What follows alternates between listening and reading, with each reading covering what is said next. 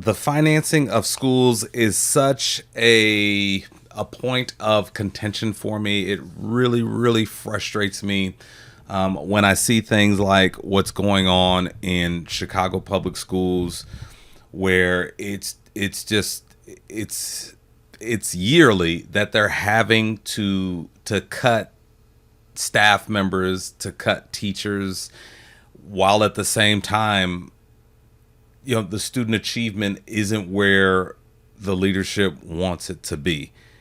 And I just going backwards, and so now the teachers that remain, they have to do even more to try to help those students get caught up, get to where they need to be, achieve the mission. And I don't think that's right.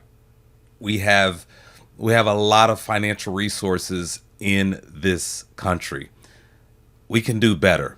So Chicago Public Schools, that they cut a lot of positions, and there is a budget deficit, and the leadership, they need to speak to that. They're responsible for that.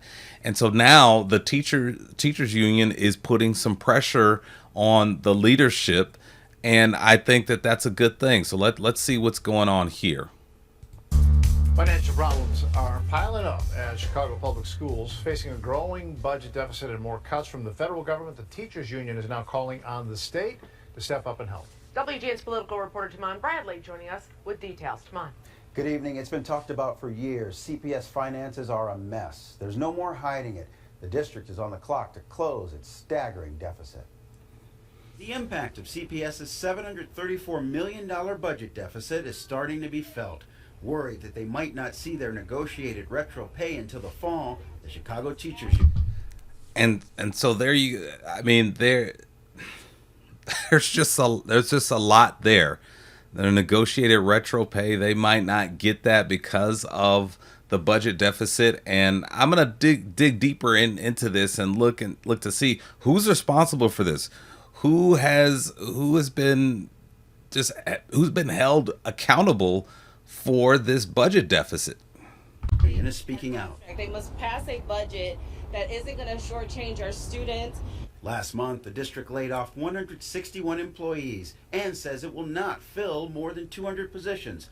Although the financial picture is murky, the teachers say they won't tolerate waiting for CPS to make good on their new contract. We are not going back to Pedro Martinez's false promises that we have a significant and appropriate amount of spending to fund our contract. CTU leadership is calling on the state legislature to raise taxes on millionaires and billionaires, but raising the income tax would require everyone pay more. Illinois has a flat tax system.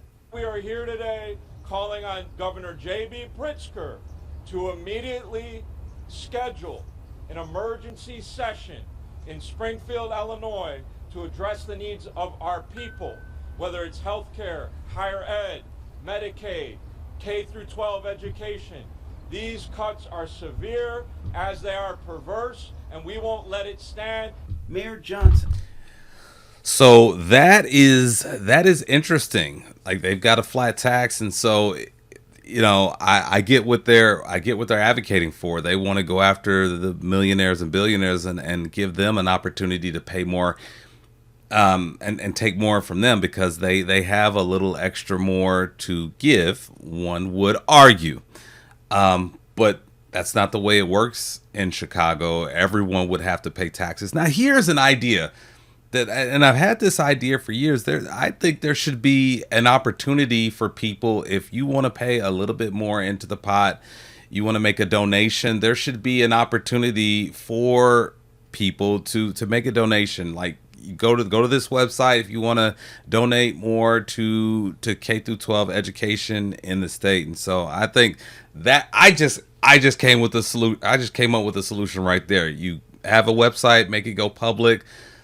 People who want to donate, they can donate. There you go. That's something right there to get more money for the schools. But man, this sounds like it's going to be a very heavy lift, because you're going to be asking for everyone in the state to pay more in taxes, and something tells me that that's not going to go over well. And also sees the state as part of the solution. There's no secret across the state of Illinois that there is still yet to be a fully funded school district. It just doesn't exist in Illinois right now. Complicating matters for CPS, Cook County has said the district's twice-a-year infusion of property tax revenue will be delayed. Some, like the former CPS CEO Pedro Martinez, have suggested Chicago tap into its TIF well. But the head of the Civic Federation says TIF is not the long-term solution.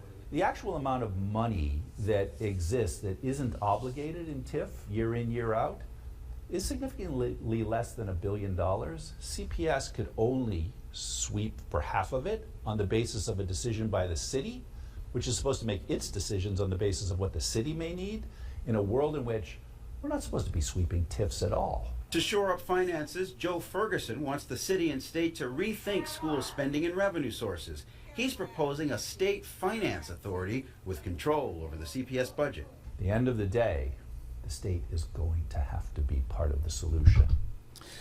So yeah, just a lot of that. You can just get lost in a lot of those details of talking about tax incentive programs. But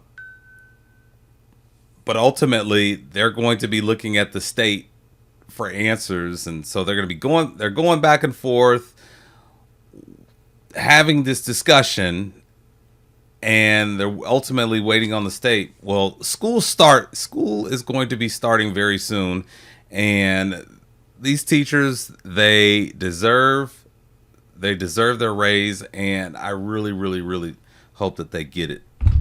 But right now, the state does not have a responsible, fiscally responsible grown-up on the other side in CPS. Outside control of CPS's budget might be a tough sell. Chicago just moved to an elected school board. Governor Pritzker has said he'd like to put more money in education.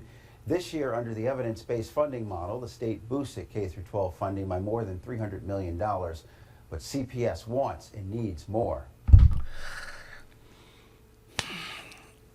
Man, that is that's very tough. So we'll keep an eye on the situation that's going on with Chicago Public Schools, and I'll update you as I get more information. But man, that's not looking good. It's not looking good. But I do hope and pray for the best.